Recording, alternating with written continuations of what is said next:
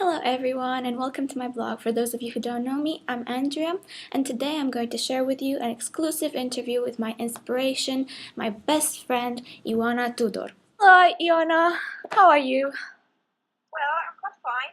I just finished a very long day today at university. Well, I had some rehearsals with some chamber music, and very soon I'm going to start some rehearsals with an orchestra. So I'm having a very busy schedule. How about you? I'm very good, thank you. Shall we start? Are you ready? Yes, of course. Great. So tell me something about you and why is your music so important to you? Well, since I was a little kid, I really like classical music, as my father was a flutist, and I grew up in this musical context, and he always showed to me like classical music and pieces of composers like Beethoven, Mozart, Bach, and I kind of fell in love with this. I really love the sound of the instruments and that you can do so many beautiful things. And I asked my parents, since I was only 2 years old, to buy me a violin. I told them, I want to play violin. And they warned me before doing that it's a very hard instrument and being a musician is not as easy as it seems. Like you have to practice hours every day, a lot of hours. You have to spend a lot of time and you have to do many sacrifices. And I don't know if I wasn't actually really aware of this, but I accepted so easily. I said, okay, it's no problem. I really want to do this. So when I was 6 and I started going to school, my parents actually got me a violin. They say, okay, if this is going to make you happy, then just go for it. So pretty soon I moved out from regular school to a music high school. I actually liked it as I was a little kid, but I didn't practice really that much because I wanted to go out and play and feel like do stuff that any kid likes to do. It was a time when I was not that great of a violinist. I wasn't really playing beautifully and amazingly. But that changed suddenly in my 8th grade when I changed my teacher, my violin teacher. This woman was like a mother. She was a true inspiration of a very powerful woman. She was so ambitious and so dedicated, and it really made me want to practice and want to evolve. I want to be a better person and a better violinist. I wanted to go to competitions. I wanted to play more and more.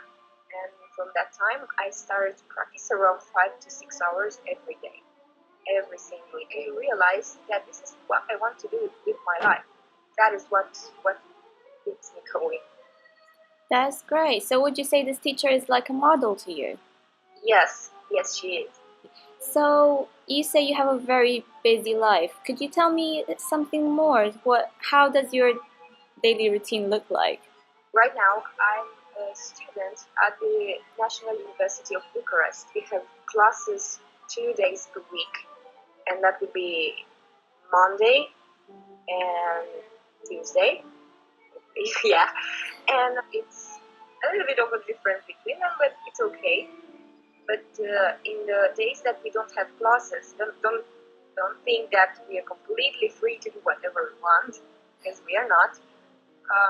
We have to go practice, of course, and we also have other rehearsals like chamber music rehearsals that are mandatory. You really have to do that. At university, it's pushing you to do that, and the only advantage is that you can choose the day you want the rehearsal to be. So you have kind of a more flexible schedule. You also have orchestra, and they are like two weeks per semester, when you have every day around 7 to 8 hours of orchestra per day. So you don't have time even to eat. You just grab a sandwich quick in a break, in 10 minutes you just have to be happy with that. But the rest of the time, we have other projects. I myself, I'm involved in 7 other orchestras. It is pretty much for somebody my age, but I think like that, I can do that. I mean, I'm okay with it. Sounds pretty intense. Your life must be so full of violin that you don't really have time for anything else. Yeah, but you have to learn to live with it because if you really like it, it's not like a job. It's like a part of you. Sometimes I don't even realize what I did that day. I mean, it's not like, oh my God, today I practiced 7 hours. It's not like that. It's like I did what I had to do. Like some students do their homeworks or projects like this. I practice and I play and I have rehearsals. It's kind of the same thing, but it's a different point of view, I guess. Yes, of course. You, as a student and as a violinist, you had different experiences in different countries as well, I would assume. So, could you tell me about more about your experience in traveling and the concerts you've had in other countries? Well, my first musical tour ever was in the 8th grade. I was 14 by the time, and I went to France with a small chamber orchestra from Bucharest to a bigger festival, Eurorchestris, I believe, and it's like a mashup of youth orchestras. And I remember that I didn't play in orchestra only, but I was also a soloist. So that was a very powerful experience for me. I have learned a lot of stuff there. I grew up mentally and violinistically, and that really helped. Since then, I had concerts in Paris, France, um, Italy, Germany, Slovenia, Greece, China, Singapore, and I don't remember all of them. Switzerland. I really don't remember all of them now. I have to write them down. Oh, it sounds like you've just traveled the whole world. Not yet, but I really hope that this job I have, like the life of a musician, will take me to see the whole world, which I believe will happen. I hope. So, what impressed you the most in your travels? Was there a favorite place that you had? Something that you've learned? I can say I definitely do have a favorite place, and that was Singapore, of course. Like it was the most different of all the things that I have ever seen. We had a 16-hour flight from Bucharest to Singapore, but my first reaction when I got out of the plane and out of the airport was the huge humidity was there, and I started looking around and I saw a beautiful combination between skyscrapers and jungle, wild jungle with flying parrots and stuff. Wow. It was amazing. I have never seen something like that. And also a beautiful mix of cultures. There were like Chinese, Taiwanese, Indians. I don't know. I mean, they had like 4 official languages, which is amazing. And that country is actually only one city. Like it's a huge city, which is also a country. I didn't really understood how that works, but it was very interesting. It sounds like it will be quite an experience if you live there. Yes, it would be, and that would be actually my ideal place to study, to go to university. That would be amazing. Yeah, but I don't think that will happen very soon. I mean, I have in my plans to finish my university here in Bucharest. Um, I hope that one of the years is going to be spent in Germany or Austria. I want to go with Erasmus, and for my master, I want to leave the country because I believe it's better for me since it's not a mandatory study. I wanted to get the best out of it, the best environment for me to grow and to learn. That kind of brings me to my other question. Do you have a favorite time period for music, and what do you think about the music that is today? Well, speaking of classical music, I like so many things that I don't know if I can choose one. It depends. It depends on my mood, but I think that in general, my favorite period from classical music is the modernist. And I really do believe that because we have like the best composers. We have Hachaturian, we have Rimsky-Korsakov, Shostakovich. There's so many. Like they're some of my favorite composers. I know that they're not very liked by regular listeners because their music is a little bit aggressive or abstract. Maybe it's not that shiny and sunny and smiling music. It's a little bit of a different music, and you have to understand differently.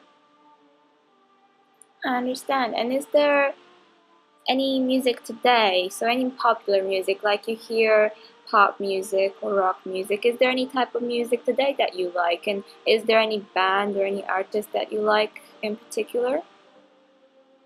To be honest, I'm not really into pop music, except for like 80s, 90s pop music, Michael Jackson, maybe Madonna. Like, it was the music that my parents used to listen to was when I was a kid. So maybe that's something that I like. But today's music, I like rock music, metal music. I listen to AC/DC, Metallica, Rammstein. Some pretty unusual stuff for a musician. I mean, in a way, it kind of makes sense because the music that you play is more relaxed and it's a bit more calming. So it kind of makes sense to balance it, is it? More or less, I think it can actually be the other way because practicing means not only playing a song over and over again.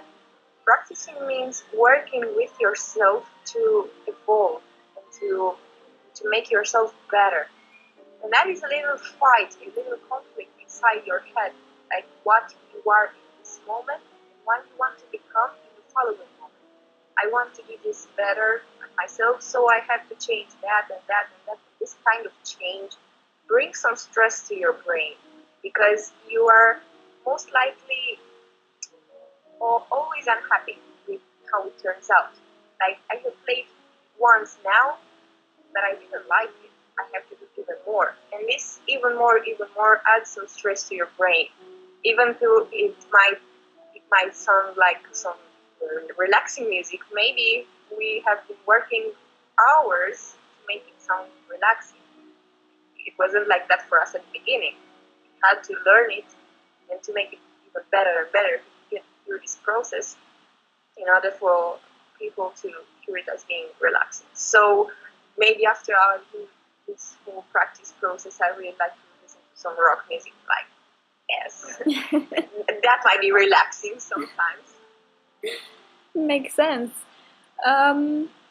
Well, you've told me a lot about your professional life, about how it is to be a professional violinist and how busy it is.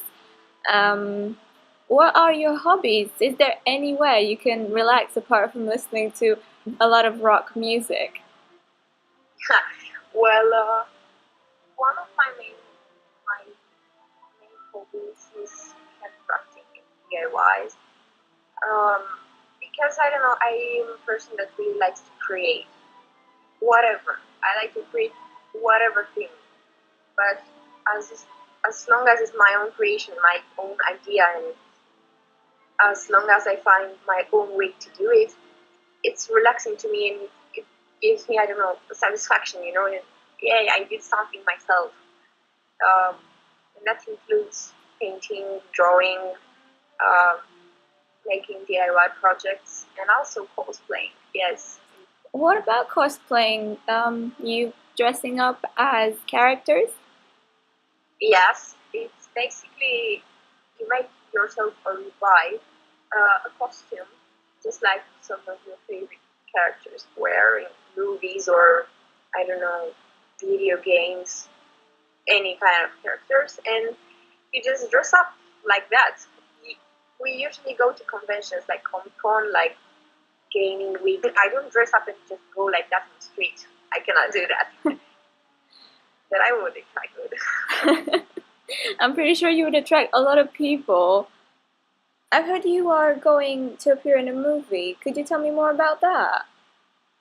Yes, that was a very funny experience because some of my classmates called on one day and asked me, there is a little filming action going on around Bucharest, and they would really need a quartet to play this movie. So the movie is made by Netflix, and it's called Christmas Prince 2. So you may know the movie that was I've heard about the first movie, yes. Yes, it was filmed in Romania. So the actors and all the staff and all the people just came back to Romania to finish and to film the second movie. It was quite fun. So we spent 13 hours filming. 13 hours. It was a long day, a very long day. I can imagine. 13 hours. Did you have to sit up or did you have to sit down and play the violin? Fortunately, we could sit down. I mean, we played as a quartet, so we played sitting on chairs. But there were some poor people there that were walking on super high heels like this all day, and 13 hours they were standing. So we were the happy ones. Are you excited to see yourself on screen? Do you think you'll be different on screen than you'll be in real life than how you see your real life? Yes, I know there is going to be a huge difference. Like it's like if it works for other people, I know that it's going to work like this for myself too. Like I'm going to look different on camera. Oh well. Well, here comes my last question. Is there anything you'd like your public to know? Any message you'd like to send? Wow, that's a question. I don't want to send them a message. I want to ask for something. That please, you may see this around Facebook or around the internet. Support the living artists. We need people's support like we need air, because we artists are some people that really want to do beautiful things with our lives. So this is why we do art. This is why we create. This is why we sing. This is why we play. We really need their support, even if it means attending to a show, a theater show, or going to a classical music concert, or appreciating a painting. It all means something to us. It really makes us better. And just they need the people. We cannot just play for ourselves. We need somebody to share this with. And if they will trust us, the artist, we promise that they're going to be satisfied. They're going to be happy if they trust us that this is it. Well, thank you very much. That was it, and that was perfect. Thank you very much for your time. And I hope everything goes well for you professionally and in your personal life as well. Thank you very much. Thank you everyone so much for watching. I hope you all enjoyed it. For more videos and posts, feel free to check out my page and subscribe to the Twitter page linked below. Please leave a comment to let me know what you think and what you'd like me to do next. And don't forget to check out Ioana's new official website. Until next time!